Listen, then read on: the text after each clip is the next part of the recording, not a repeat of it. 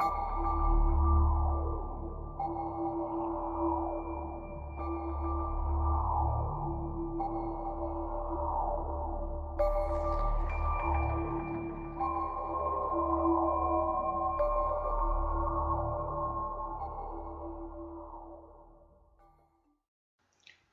back. This case involves 5 extraordinary little heroes. 5 children who put themselves in danger to save their mum's life from an armed intruder. The intruder, however, was their own dad, and he was armed with a single-barrel shotgun. With a number of domestic violence cases spiralling to all-time highs, we usually hear the stories through the eyes of the victim, or all too often the extended family of victims who sadly do not survive. But this story is different, told through the eyes of those who are usually the silent victims of domestic violence, the children. If not for the quick thinking and courageous acts of Jaden, 14, Cameron, 12, 10-year-old Kaylee, 4-year-old Zane, and 2-year-old Samantha, their mum, Rachael Moore, would surely be dead. In fact, they all may have been killed that fateful night. As it is in so many cases, Rachael met and fell in love with Daryl Fields, someone she described as a gentle, patient man who happily took on the role as father to her first 3 children, and over 7 happy years together added another 2 children to their family. But 3 years ago, Daryl's relationship with Rachael suddenly changed, and when he viciously attacked her for the first time, Rachael immediately threw him out. She'd been a victim of domestic violence in a previous relationship before, and she wasn't about to put herself or her children through that again. For the next 2 years, the separation was amicable. Then, on April 11th, 2014, Daryl repeatedly left threatening messages on Rachael's answering machine.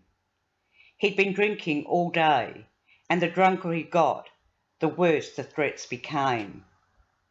Later that evening, Rachael heard a car screech to a halt in her driveway. She knew immediately that it was Daryl.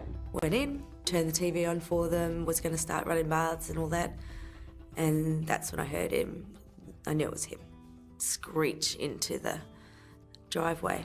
As a woman who has experienced domestic violence before, she feared what was coming and rounded the children up, locking them and herself into a bedroom. It's going to be worse than the last one. In my head I knew, because it always gets worse. Bad, but I did not expect him to have a gun. In no realm of existence could I ever believe that he would have a gun. Going through the house, Like, we could hear his feet stomping on the ground, like, we could hear him walking through, and it was really scary.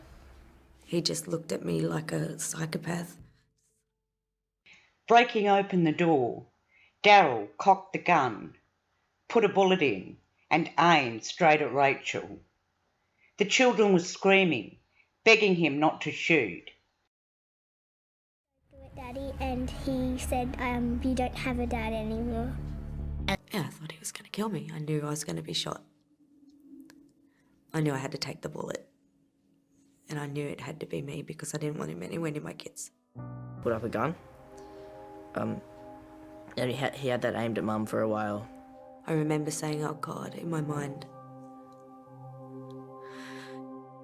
And we were all like screaming and stuff and telling him not to shoot and stuff like that. But he did anyway. He didn't think twice. He lifted the gun, cocked it, put a bullet in, and straight away just went. Luckily, Rachael moved slightly as he fired, and the bullet shattered her left arm, sending her backwards and knocking her out.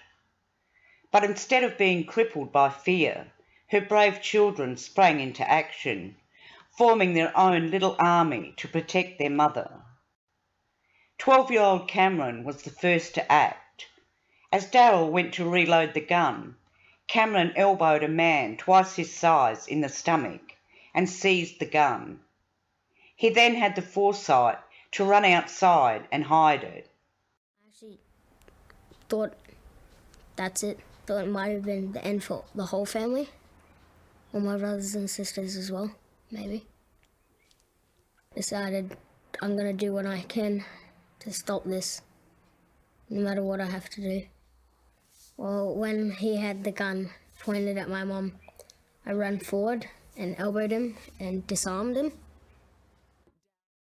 But inside, Daryl was still trying to kill Rachael. Dragging her by the feet to the other side of the room, he started to choke her and gouge out her eyes. 14-year-old Jaden jumped on his back, putting him in a chokehold. And grabbed her by the foot and dragged her over to the other side of the room, and then sat on her and started choking her, and beat him a couple times, I think. And then Cameron ran in after he'd hid the gun and punched him in the side of the head. I killed my mum, so I hit him across the temple and my brother took over. In the midst of the chaos, 4-year-old Zane grabbed his 2-year-old sister and hid her under the bed. Now it was Kaylee's turn to act. The tiny 10-year-old found the incredible strength to somehow get her mother up and outside, away from Daryl. Somehow she knew she had to stop the bleeding and bandaged her mother's shattered arm, then called 000.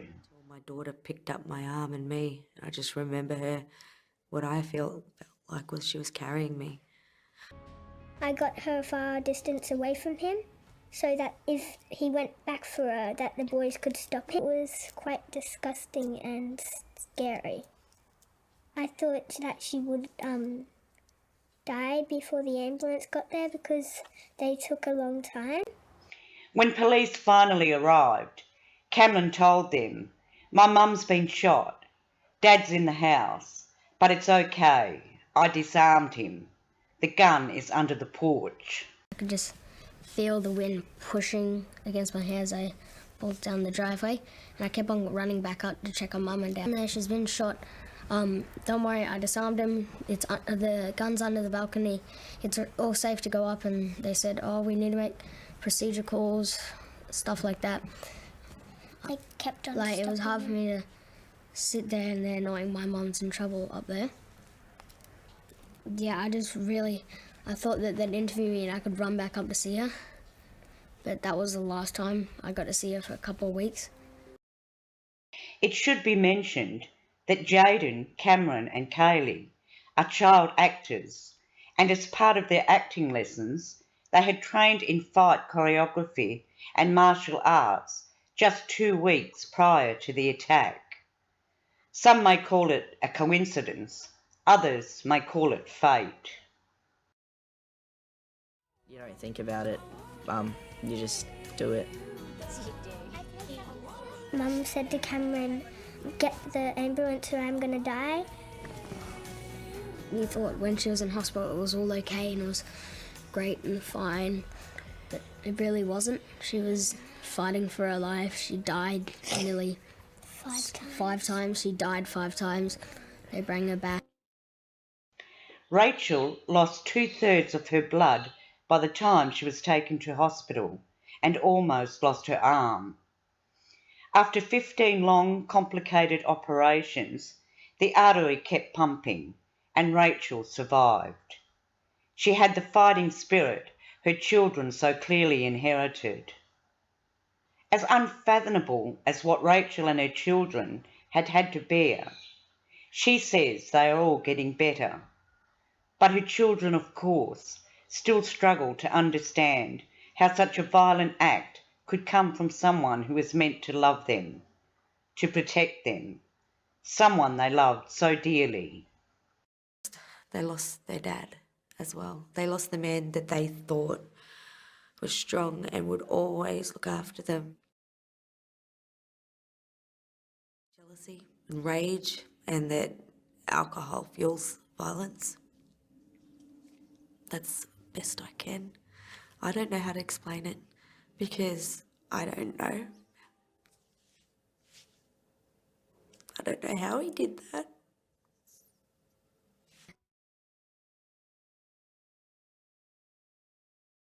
I had to go and like build stuff in the backyard, but can't really do that now. To take us to places, and he was really fun and nice, but when he did that it was kind of sad. Yeah. Daryl Fields pleaded guilty to a string of charges, including attempted murder, common assault, and contravention of a domestic violence order, and was sentenced to 12 years in prison. Having already spent more than 900 days behind bars before sentencing, he is eligible for parole after serving 80% of that time. While it may be hard to ever reconcile how their father could be so dangerous, these little heroes have also learned of the incredible courage they each possess and the power they have to break the cycle of domestic violence. I don't think I would have the guts to do what they did. I really don't think I would have. See all the kids' faces and I just said, I promise, that's it. Never again, I promised you, never.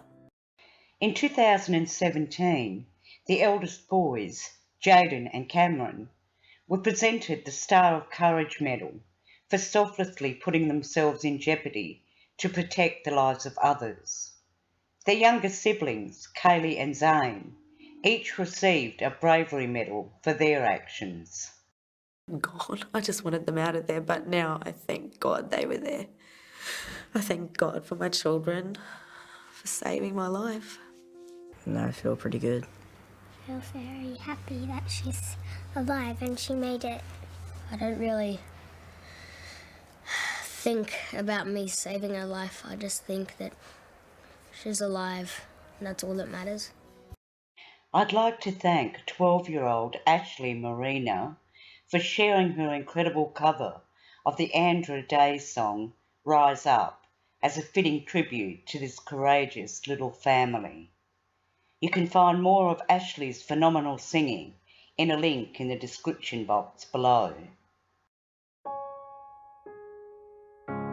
You're broken down and tired of living life on a merry-go-round. And if you can't find a fighter, but I see it in you, so we're gonna walk it out and move mountains. We're gonna walk it out and move mountains. And I'll rise up, I'll rise like the day. I'll rise up, I'll rise unafraid. I'll rise up, and I'll do it 1,000 times again. And I'll rise up, high like the waves. I'll rise up, in spite of the ache. I'll rise up, and I'll do it 1,000 times again. For you, for you, for you.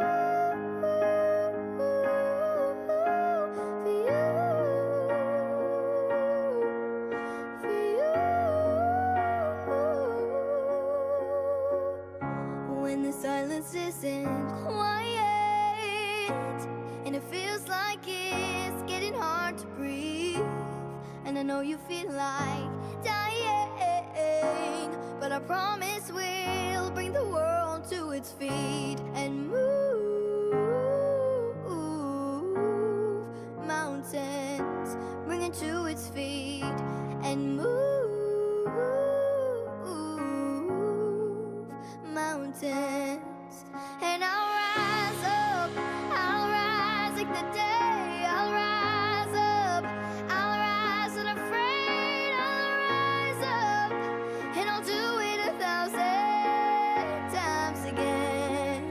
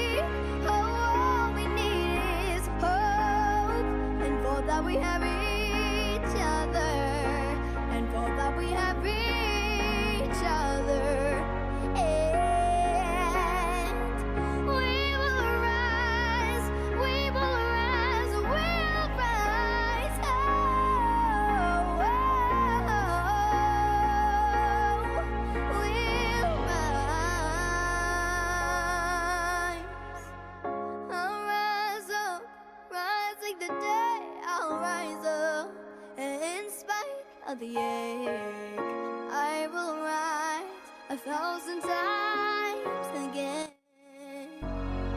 And